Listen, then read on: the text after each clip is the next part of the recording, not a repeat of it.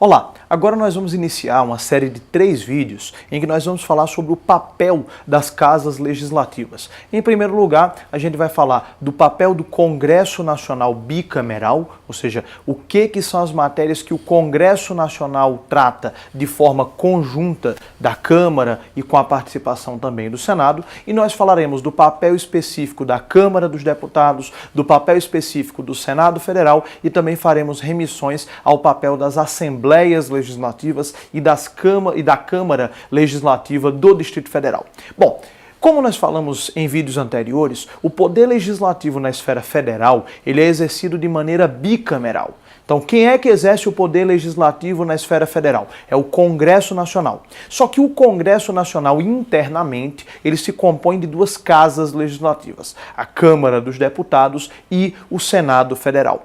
Cada uma dessas casas tem algumas matérias em que atuam em conjunto, mas tem também outras matérias em que atuam separadamente. Então, por exemplo, a iniciativa de um projeto de lei. Bom, a propositura de um projeto de lei pode começar pela Câmara, mas pode também começar pelo Senado. A requisição de documentos pode ser feita pela Câmara ou pelo Senado. A apresentação de uma proposta de emenda constitucional, a mesma coisa, pode começar pela Câmara, pode começar pelo Senado Federal também.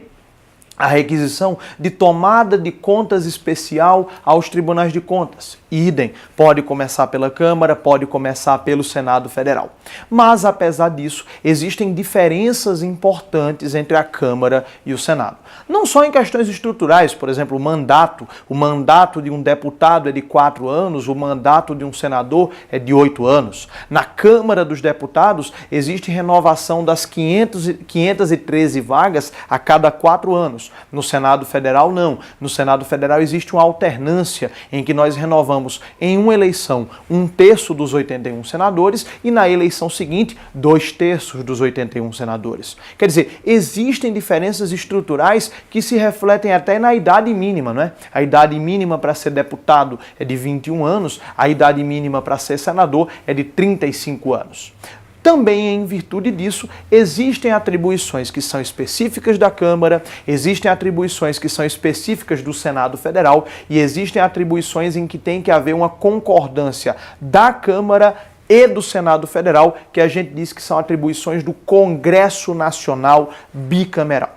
Bom, quais são as atribuições do Congresso Nacional? São as atribuições dos artigos 48 e 49 da Constituição Federal.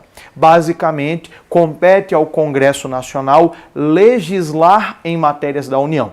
Quer dizer, um projeto de lei só é considerado aprovado no Congresso Nacional se for aprovado na Câmara e também no Senado Federal. Se uma das casas discorda, o projeto é arquivado. Então a gente pode dizer que a função legislativa propriamente dita não é exercida isoladamente pela Câmara nem isoladamente pelo Senado, é exercida pelo Congresso Nacional. Outra matéria relevantíssima em que a competência é do Congresso Nacional bicameral é no caso dos temas do artigo 49 da Constituição Federal. Temas esses que são veiculados por um instrumento chamado decreto legislativo. A diferença básica de um decreto legislativo para uma lei é que o decreto legislativo não precisa de concordância do presidente da República. O decreto legislativo, ele é um ato do Congresso Nacional pura e simplesmente sem a participação do chefe do Poder Executivo. Pois bem, quais são as matérias que o Congresso exerce por meio de decreto legislativo e que, portanto, tem que ter a aprovação da Câmara e do Senado, mas que não precisam de concordância do presidente? Julgar as contas anualmente prestadas pelo presidente da República. Quem julga as contas do chefe do Executivo para dizer se elas são regulares ou irregulares é o titular da função fiscalizatória, que é o Congresso Nacional. Então, as contas do presidente são sujeitas à análise pelo Tribunal de Contas, que dá um parecer, mas quem bate o martelo para dizer se as contas do presidente são aprovadas ou rejeitadas é o Congresso Nacional. Câmara dos Deputados vai lá e opina, Senado Federal vai lá e opina. Outra matéria do artigo 49, fundamental essa. Matéria do artigo 49, quando eu falo, você já sabe, são atribuições do Congresso Nacional e tem que passar em ambas as casas, sem a necessidade de concordância do presidente. Artigo 49, inciso 15, a convocação de plebiscito e a autorização para realizar referendo. A diferença básica entre o plebiscito e o referendo é o momento em que cada uma dessas consultas à população é feita. No caso do plebiscito, primeiro você pergunta à população para depois promover a mudança legislativa. Já no referendo nós temos a ordem inversa, né? No referendo, primeiro há a legislação para depois você perguntar à população se ela concorda com a mudança legislativa feita ou se ela discorda dessa mudança, dessa alteração. Tanto no caso do plebiscito quanto no caso do referendo, tem que haver um decreto legislativo convocando, no caso do plebiscito, ou autorizando, no caso do referendo. Tem que haver um projeto de decreto legislativo aprovado pela Câmara dos Deputados e pelo Senado Federal. Então, por exemplo, se você é um deputado federal ou um senador e quer convocar um plebiscito sobre uma determinada matéria, nós falaremos nos últimos vídeos da interação do parlamentar com a sociedade e aí nós então falaremos que uma das formas mais importantes de dialogar com a sociedade é por meio desses mecanismos de participação popular direta, o plebiscito e o referendo. Então, se você é senador ou deputado federal e quer convocar um plebiscito ou um referendo sobre determinado tema, você pode apresentar um projeto de decreto legislativo, que vai ter que passar pela Câmara, vai ter que passar pelo Senado. Se aprovado, vira um decreto legislativo do Congresso Nacional. Então, basicamente, as matérias do artigo 49, como eu dizia, têm que ser aprovadas pela Câmara e pelo Senado, não necessariamente nessa ordem, mas têm que ser aprovadas em ambas as casas, dando origem a um ato que nós chamamos de decreto legislativo. Outra matéria importante, uma competência fundamental do Congresso Nacional bicameral é referendar tratados, aprovar tratados internacionais. Vê que coisa interessante. Um tratado internacional, quem celebra, ou seja, quem assina, é o presidente da República. Afinal de contas, é o presidente da República que é o chefe de Estado, é o presidente da República que representa o Brasil perante outras nações. Então, compete privativamente ao presidente da República celebrar tratados. Artigo 84, inciso 8º da Constituição Federal. Porém, a própria Constituição diz que cabe ao presidente celebrar tratados, acordos e convenções internacionais, sujeitos a referendo, sujeitos à confirmação do Congresso. Um tratado internacional, quando o presidente celebra um tratado, isso não gera diretamente obrigações para o Brasil, não.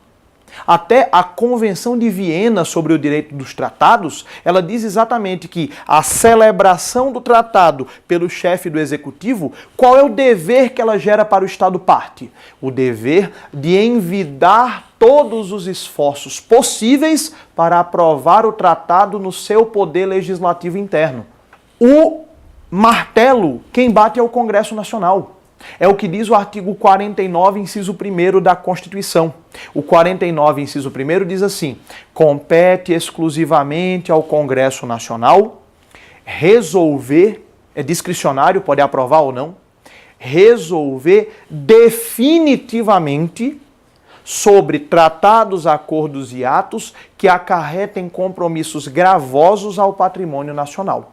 Então, como eu dizia, o presidente celebra o tratado, assina o tratado, mas o tratado só produzirá efeitos para o Brasil se o Congresso Nacional o referendar, se o Congresso Nacional o aprovar por meio de um decreto legislativo. Na prática, quando o presidente da República celebra um tratado, ele comunica isso ao Congresso Nacional e isso entra na Câmara dos Deputados como um projeto de decreto legislativo.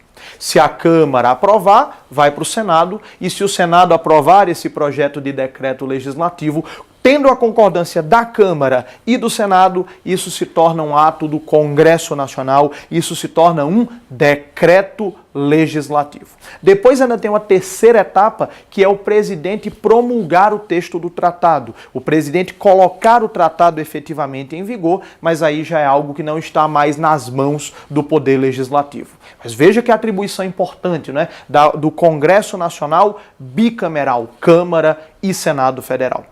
Temos uma outra atribuição que vem sendo muito exercida e é uma atribuição em que dialogam a função legislativa com a função fiscalizatória. Olha que coisa importante.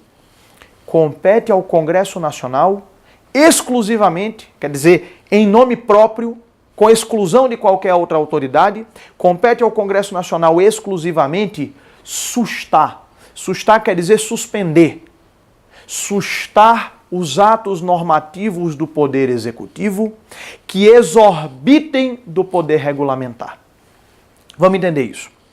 O artigo 84, inciso 4 da Constituição, diz que compete privativamente ao presidente da República editar decretos regulamentares para a fiel execução da lei. Artigo 84, inciso 4. Então, quer dizer, o Congresso faz a lei, o presidente da República a regulamenta, traz o seu detalhamento de como aquela lei vai ser operacionalizada. Mas imagine que, a pretexto de regulamentar essa lei, o presidente vai lá e exorbita. O presidente vai lá e no decreto regulamentar vai além do que a lei tinha lhe permitido.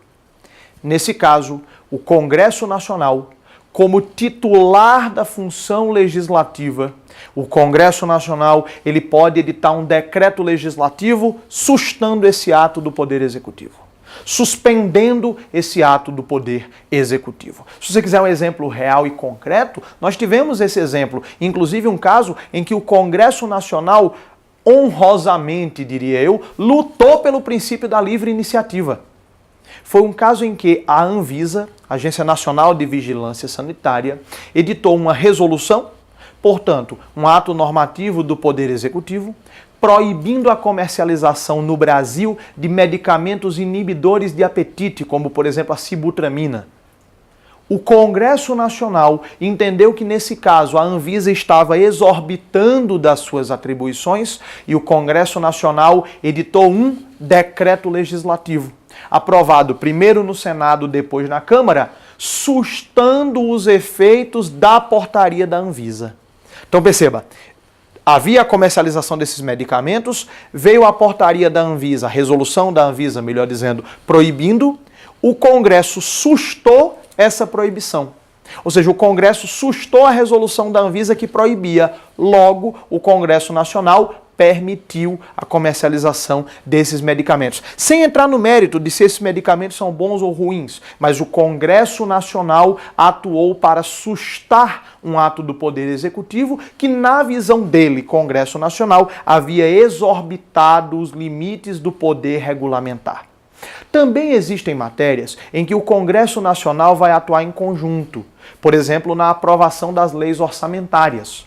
Aliás, a aprovação das leis orçamentárias se dá pelo Congresso em sessão bicameral, quer dizer, leis orçamentárias não passam primeiro pela Câmara, depois pelo Senado. Leis orçamentárias são aprovadas em sessão conjunta do Congresso Nacional. O que é a sessão conjunta? É quando as duas casas, Câmara e Senado, discutem a matéria juntas, no plenário da Câmara, que é onde cabe todo mundo, sob a presidência do presidente do Senado, porque é o presidente do Senado que preside a mesa do Congresso Nacional, mas na hora de votar, eu colho os votos separados de deputados e de senadores. Toda vez que você ler na Constituição ou no regimento interno de cada casa legislativa dizendo que aquela é uma matéria de sessão conjunta, é disso que a gente está dizendo. Câmara e Senado, sob a presidência do presidente do Senado, discutindo a matéria juntos, mas na hora de votar, você colhe os votos separadamente. Outro exemplo em que há uma reunião conjunta do Congresso Nacional é para a apreciação dos vetos presidenciais. Como nós ainda estudaremos na série de 3 vídeos sobre processo legislativo, quando o Congresso aprova um projeto de lei, isso vai para o presidente da República sancionar ou vetar. Se o presidente veta, o Congresso aprecia o veto em sessão conjunta. Então você nota que aqui a gente comentou as competências do Congresso Nacional de maneira bicameral, ou aquelas em que há a matéria deliberada isoladamente pela Câmara e pelo Senado para depois virar uma decisão do Congresso, ou as matérias que já são apreciadas e deliberadas em sessão conjunta, como é o caso das leis orçamentárias, como é o caso da apreciação dos vetos presidenciais. Agora eu vou pedir para você que leia no material de apoio a parte relativa às atribuições do Congresso Nacional, porque depois nós iremos agora, nos próximos vídeos, falar das atribuições específicas e isoladas da Câmara dos Deputados e das atribuições específicas e isoladas do Senado Federal. Bons estudos e até o próximo vídeo.